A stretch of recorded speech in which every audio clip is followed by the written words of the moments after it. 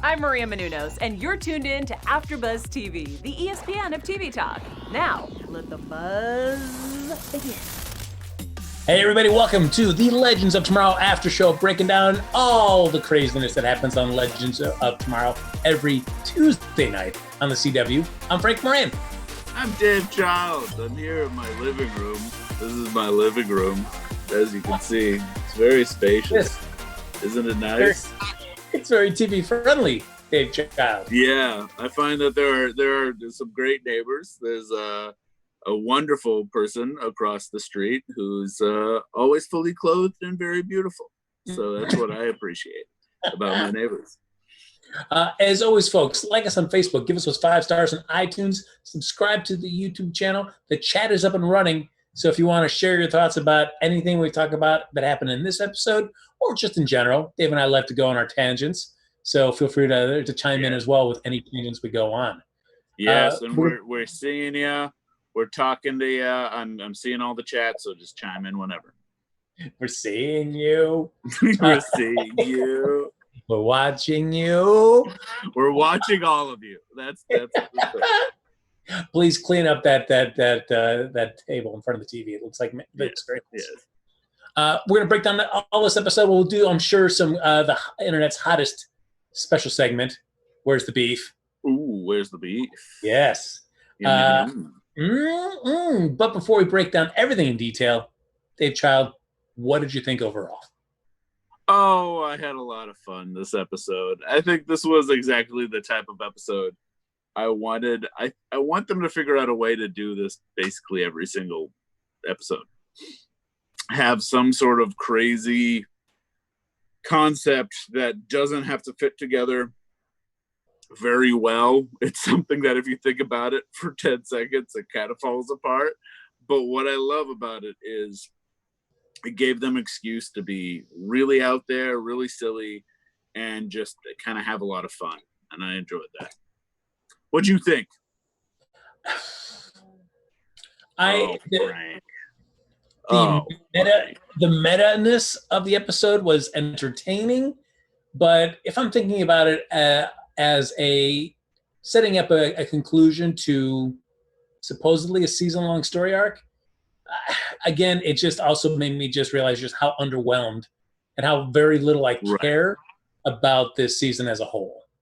Yeah, it's hard to think that there's only one more episode, but one thing that I did like that they kind of resolved is Zari, and they thought of a way to kind of have their cake and eat it too, and have fun with the Zari kind of like, now we have 2 Zaris. What are we gonna do? And I like that.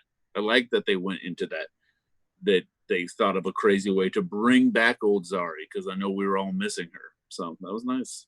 Yeah, and I would say great acting by her as well, because really it wasn't until I really got to see her back that I realized, oh yeah, she does a really great job with the Zari 2.0 affectation is definitely a distinct kind of performance than Zari 1.0. She's a completely different person. It isn't just like an accent or something that she put on. Yes. It's really nice to see that she knows how to have different mannerisms, be a completely different person.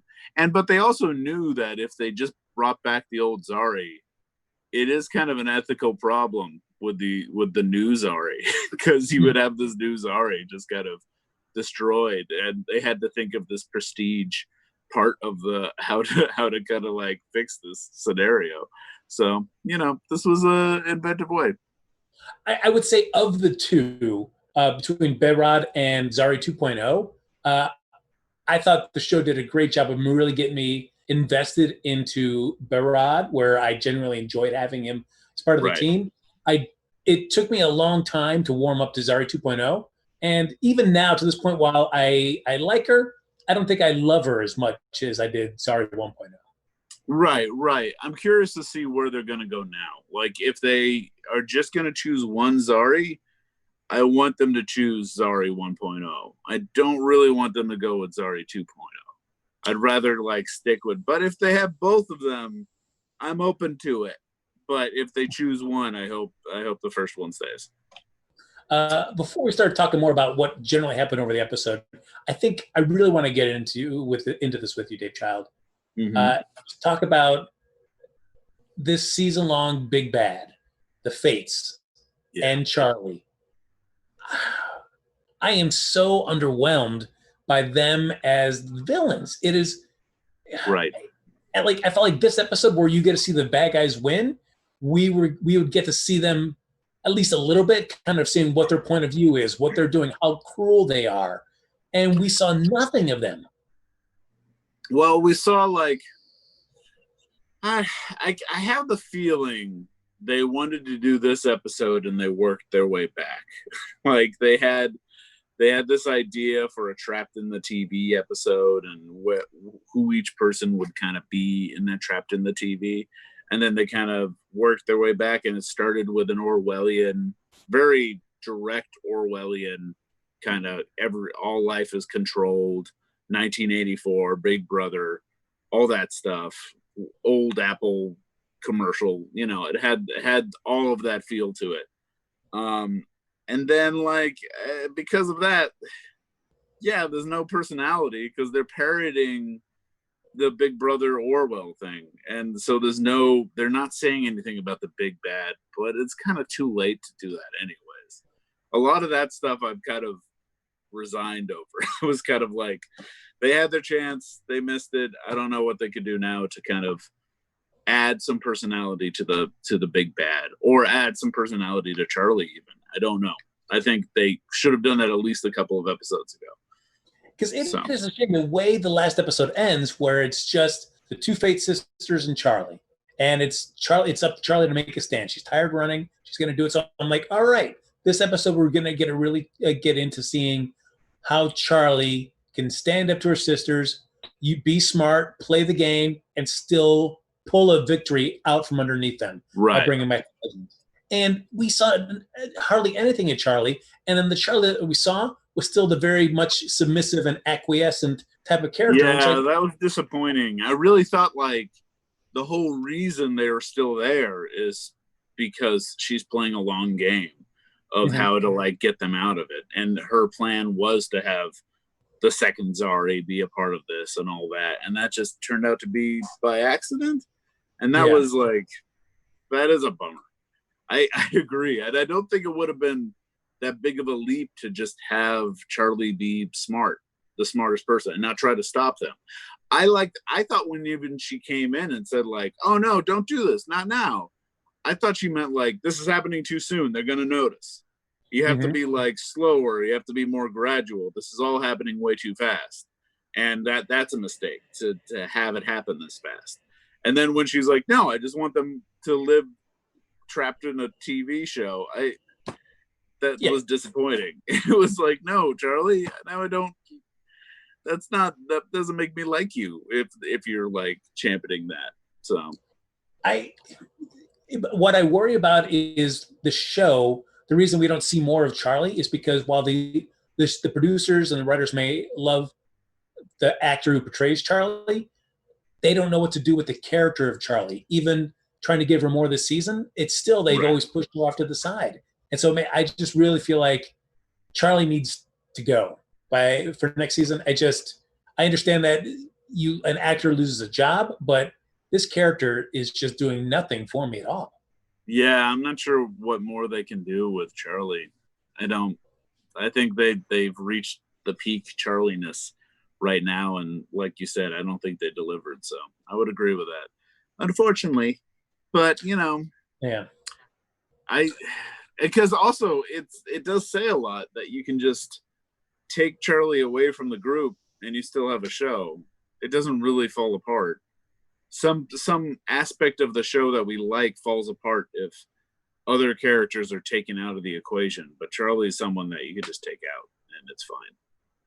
I mean, I agree. Because I feel like what does it say for the show where they can take Behrad and Zari 2.0 and in a season get you genuinely invested in those characters and caring about what happens to them. And they've had a couple seasons with Charlie and they haven't been able to do that at all. Nothing. Yeah, I agree. Well, I wanted I wonder to if I would say that might be a problem with shapeshifters, but I've been watching a lot of Star Trek Deep Space Nine, and Odo is great. He's awesome. There's so much done with Odo. I really enjoy that character tremendously. Right. Yeah. So that's some of the stuff that's been frustrating me. But I figured let's get that out of the way so we can really dive into the Dave Child bits and pieces that we really love.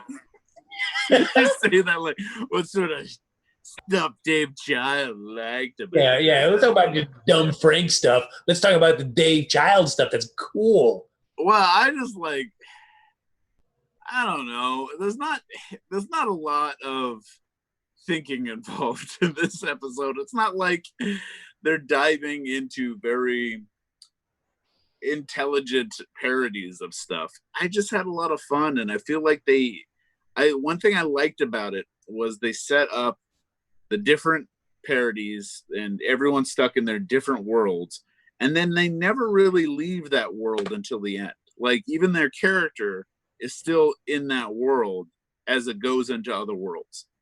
And I like that. And I thought that was really smart. Like, you even see that in the beginning with Mona and Gary, where they're like in the Orwellian world and they never really get out of it. They just do Orwellian stuff to kind of try and help out from that side of things, where they're watching everything. And then you go to the Friends episode called Ultimate Buds first, and they do a good job of like the goofy Friends quality stuff, but also making it hold on to having it be like Nate and Behrad and Zari was a good choice, because you had that like Ross and Rachel and then the person that's on and off again relationship. I thought for sure Constantine was actually going to come into this and he was going to be like they're going to play the love triangle thing that happens in like sitcoms, but they didn't. But I like that they set this up, and they also made it so it's not that far outside of the character of Behrad and Nate to like have them be goofy sitcom characters for the rest of the episode and put them in different scenarios, and they can still be goofy buds because they're like that on the show anyways. Like, it's not a big leap. So to have that kind of carry through was a good idea. And also have Zari 1.0 be the straight person who's kind of knows this is up is good for that Zari, because that Zari is like very like factual, kind of down to earth, realistic. She's not as like goofy as the rest of the cast. So it was good that they brought, if it was Zari 2.0, that's a goofy Zari. It wouldn't quite fit. So it was nice. This episode directed by Mark Guggenheim, who is executive producer of Arrow, a consulting producer on Legends of Tomorrow, first time directing a TV episode. And so in an interview he said he wouldn't want to direct Arrow as his first time episode because he feels like that's too intensive of a show for a first time director. Right. So he felt Legends be the perfect show if he was going to do his first time directing. I think it's a funny way of putting it, because it sounds like Arrow's a real show. So it's true. I felt like that would be hard. I decided to go to this weird show, this dumb show off to the side, where I could just do whatever I want. But that's what I like about the show. I think it makes it a better show than Arrow. Arrow's, I don't know. I don't watch Arrow anymore. I still watch Legends of Tomorrow, so I don't know. The one thing I like about this is that he wanted to do is faithfully replicate the 3 different TV genres that we visit here. So We've got a sitcom with Friends, we've got a Downton Abbey-esque type show, and then we've got a Star Trek-esque show. Mm-hmm. And what I did like about this episode is that it definitely felt like when you're on Ultimate Buds, it had that vibe of like, oh yeah, this feels very, it looked like you're, the blocking of it and everything, they shot it with 3 cameras, made it look like you're watching an episode of Friends. Right. That was good. I felt that it only felt like it stuck visually to the genre in the Friends world. I feel like there were little hints of it in the other episodes. Like when I went to Downton Abbey, I love that we got to see like the opening title credits, because that's one of my favorite parts about Downton Abbey. But besides that, it was still kind of shot like a CW show. Like it was still like the camera still kind of looked like it was Legends of Tomorrow or something. It didn't quite, I don't think it embodied that cinematic feel that like Downton Abbey has. Downton Abbey feels like you're watching a movie. Like it feels like widescreen. They should have changed the aspect ratio or something to it, or it should have had like more of an actual mystique to it. And then I wish they did that. They did it a little bit in Star Trek, but I feel like, and this is real nitpicky, and I still liked it, but I feel like they were mixing Star Trek Discovery with Star Trek original series. Like there was one shot that looked too good for Star Trek, which was the like, it had like this wide pan where it moved out and you got to see the whole them walking and it looked really cool. And then it went to like the effects and it's a janky model. I'm like, if you're gonna go original Star Trek, those are like locked off shots. Those are like, you have the wide, you have the close, you have the wide, you have the close, and that's like it. As far as true. Like, so it's like the style of it, like they could have been a bit smarter with it, but I think it was still fine. It was still fun. I would agree. I mean, that is one thing I did like, and they even referenced it in that Mark Guggenheim interview, is that they built models of the Wave Rider and the Gromulan ship, and basically just did what they did old school, moving the camera along that ship to make it look like it was the ship that was moving. So I appreciated that for good old for Star Trip, as the series is called. Yeah, Star Trip. I like so we have Ultimate Buds, High Castle Abbey. That was nice. High Castle Abbey. They even did they almost had some copyright infringement with the High Castle Abbey. That was so spot on. Except the opening title credits were really spot on. Even the font and the design of. By the way, one thing that always happens whenever I'm on an AfterBuzz show and I bring up Downton Abbey, everyone is surprised by the fact that I'm a Downton Abbey fan, and I went opening night to the movie when the movie came out. I went opening night to that. It's great. Dave, show me your Maggie Smith chest tat. Oh yeah, well, that's not appropriate for right now. There might be children watching. It's very graphic. It's a very graphic Maggie Smith tattoo.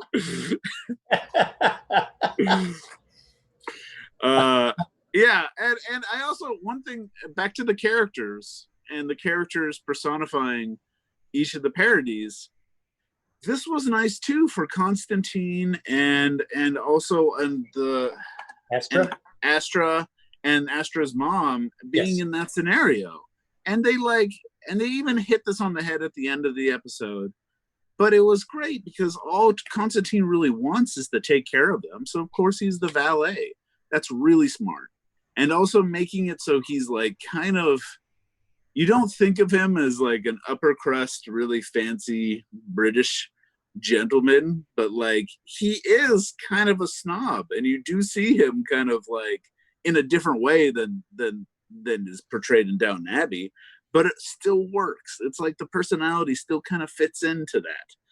And I think, it was nice to see him do a slightly different accent throughout the whole episode and be stuck in that character of the valet, of the Mr. Bates sort of character the entire way. So it was nice. Now, as a devout Downton Abbey fan, how much would the show be improved if it did have a warlock in it? I would love if that suddenly happened in the middle of Downton Abbey. I think only because I love the idea of shows imploding, and when I have this weird fascination of musical episodes, for instance. Not a lot of, I feel every now and then every show has the moment where it becomes a musical episode, and that shows that you're on the way out. You're on the way out if you're going with the musical episode, and it happens so often. But so that would be an example of all of a sudden, if there's ghosts, if there's warlocks, if there's ghosts on Friends, or if there's warlocks on on Downton Abbey. That would be like prime implosion. Do we have to credit / blame Joss Whedon for the musical episodes? Because I feel like they weren't as prevalent until Once More with Feeling came out, right? That might be true. But that was like an actual good episode. Yes. And that didn't feel like, what happens is most of that, you could tell, and there's even a little bit of that in this episode. I feel like there's maybe a nod towards that in this episode, where you could tell that there's actors that are like, by the way, I can really sing. If you want me to sing ever, I'm really actually surprisingly good. And so they want to like show that off. And I don't know. It's what I loved about the song in this episode is how bleak and terrible it is. Very true. And it's just leading into it. That was good. If it was like a heartfelt, actually good song, like at the end, I would be pretty disappointed. I would want it to be like, the fact that it was part of this kind of bleak, kind of dystopian world was even perfect. So basically, folks, the overall thrust of this episode, because we've been talking about all the different things, is basically Mona and Gary wake up in a dystopian, as Dave was saying, kind of a Orwellian future, where they're basically rewriting history to make it more just less arguing, less fighting. It's just more peaceful, more sedate. And the only thing that we see now is that they only eat mush and they get their entertainment through television. So Mona goes home, starts watching the TV shows, the 3 different series that we've talked about with our various legends on there. Finally, Mona realizes, hey, my gosh, they've said my name. They're talking about me. Maybe they're talking about Gary. They break into the TV station, Clotho's place, and find this huge automated area that is generating scripts for these TV shows. And Mona decides, hey, I've had enough of this. I'm going to start typing away on this. And she changes it that the legends remember everything, which is cool because it's not just them remembering what's happened this season, but them also remembering the old timeline in Zari 1.0, which I really like. That.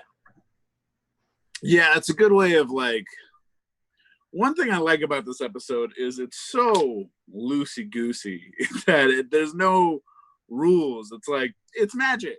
It's like the fact that it's a magic device like threads causing everything. You can easily have it like everyone's stuck in TV shows and moving around to TV shows. Everyone's like, she's able to split the strands and have 2 Zaris. They're able to like remember everything and just kind of clean things up. I love that personally. And most of the time I don't like that in the TV show because it's breaking rules, but it's the type of rules I want in Legends of Tomorrow. The fact that just like the no rules, just right Outback Steakhouse quality of Legends of Tomorrow.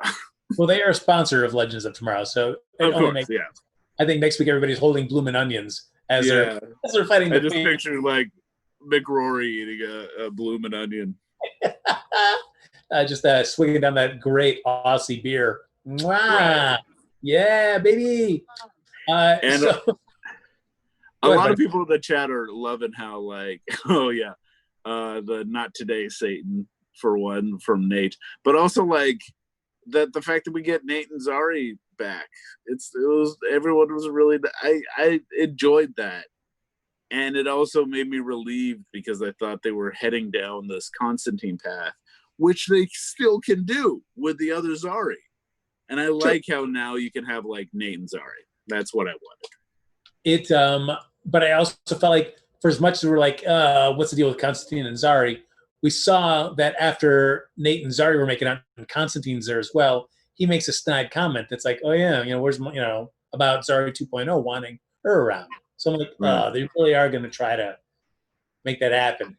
I mean, yeah, that's what they were. They thought of a way to build the tension so that they were forcing this, like, I don't know. I think it's going to be addressed and forgotten about pretty quickly, but it could be a thing with Constantine and Zari next season. Now, going back to Star Trek, yes, Elot's playing the captain, co-captain of the Wave Rider, but doing her best William Shatner-esque impression as that character. Of course, then we've got Dominic Purcell, who has never seen Wrath of Khan, basing his performance on Mark Guggenheim's description of Ricardo Montalban playing Khan. Is that what happened? Is that Yes. what this is? That's what happened. So, who more successfully emulated their counterpart? Well, just to jump a little bit ahead to the beefiness of this episode, but like, there's never too late, never too soon to jump into beef. Okay, so I think this is like the couple of beefs that I have with this episode is we should have had a lot more Con McRory. Like, we didn't see enough of that. Like, the hair and him just like, I don't care what he wasn't doing, Carl Montalban. Like, he wasn't doing. He was just like, he was just enjoying the hair and enjoying like being the villain and stuff, and that was great. He described what happened in Wrath of Khan, being stuck on a planet and everything. Yeah. So that's true. Yep. But you're right. With that great wig, why isn't he around more? I wanted to see him, in the cul-de-sac with that long hair, just realizing, oh yeah, wait, this is. Yeah, imagine him being like in all these scenarios, just being like that Khan character, but stuck in this as the villain. That would be, I don't know, that would be fun. No, I wish that was there. That was my other beef is a logic beef. Yes, it's a small logic beef. There's not a lot of rules. It's just there's not a lot of rules to this episode. And I like that, the Outback Steakhouse quality of it. But the one rule it has is people are watching TV and they're jumping from show to show. How is everyone watching like 4 different shows at once? I don't understand how, like, they're acting like they're watching whenever we're on that episode. It feels like they've been watching that episode. They're not like, why are we suddenly on this episode? Why are we suddenly at Downton Abbey? Like, they're all watching it going like, cool, now we're at Mr. Parker's place. Like, it looks like they're all watching it concurrently, 5 episodes of television at one time, and they're just seeing these characters jump in between all of them. I don't understand that. Yeah, because from our perspective, we're following the characters as they're kind of going from show to show, but as a viewer on the outside world watching these, you would think that once they were on Ultimate Buds and jumped to Highcastle Abbey, that you're just looking at the set of Ultimate Buds and go like, so where are they? Are they coming back? What's going on? Where are they? What's happening? The people that are watching like the Highcastle Abbey, all of a sudden they're seeing these characters appear. Yeah. And the same thing, like, what I wanted was like when Zari and Nate started making out, I just wanted to cut to like some kids just watching, like in their living room, Mr. Parker's like cul-de-sac, and just have that be them watching 2 people make out hardcore on this PBS show. They should each have distinct different audiences. Instead it went to like each one, and it should have just been like, you should have at least seen people like changing channels until they found them or something like that. I don't know. Yeah. It's like, it was enough to, that I didn't quite understand, but I also don't care that much. Don't think about it. We end the episode with Charlie trying to beg and plead with the legends to just go back to being on TV show characters. Just do that. Right. You'll be safe. You can live forever. You can always win. And the legends say, no, this isn't any sort of life. And they also incite the populace to rise up as well. So you know what I also wanted at the end of this episode was them to get back to their normal lives, and for them to doubt that they even left their TV, because I feel like there should be a moment where it would be great if they went back to the Wave Rider. They kind of somehow fixed. I guess they can't really do this, but if they somehow fixed everything, then it would be just like, yeah, but we do win the day a lot and quickly. And we are always on this one place. Like, they start to doubt that they think that they're in a simulation, which would be like, I would love it, but whatever. It it is weird because it seems like at the end, they all become their true selves. Back in the original clothing and stuff. Sarah's got her sunglasses back on. Constantine's back in his familiar trench coat. I assume that's the same studio that they've been filming all these series from. So, like, what happened to the audiences? The camera people? They're all gone. No, it's all magic, man. It's magic TV. Oh, got it. Okay. I feel like what they're in when they escape is they're still like in the magic TV, but they're willing themselves out of it because it's the fact that they recognize it. Don't think about it too hard, Frank. Just don't think about it. Go ahead. How did you like Zari's speech at the end where she goes into detail about the fact that they're not heroes? They're just misfits. Beautiful. That's what, I mean, I want them to address the thing that I've always struggled with this show. Yes.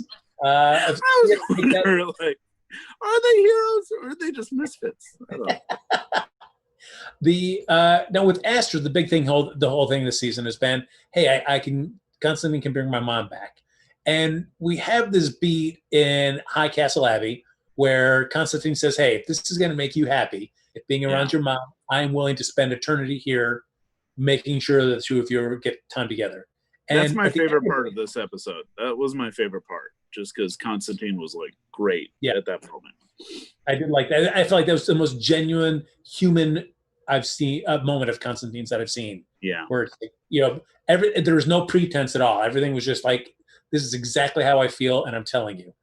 But ultimately, Astra's mom says, no, you need to leave. I will be here. I'll always be here for you. Do you feel that this has resolved the need for Astra to have her mom back?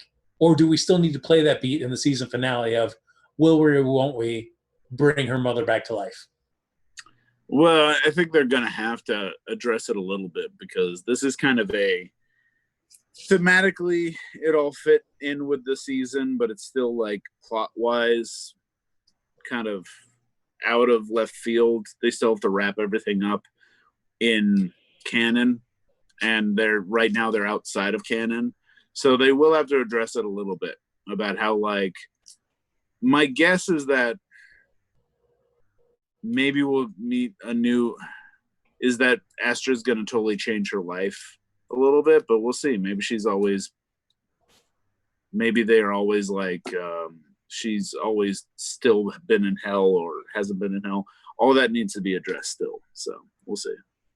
I mean, we do have the season finale coming up next week. And so we've got, I guess, a couple things to address, as Dave said. What's going to happen with Astra / her mom? Does that need to be resolved? We also get Behrad. Is he officially back to life now? Will he stay alive?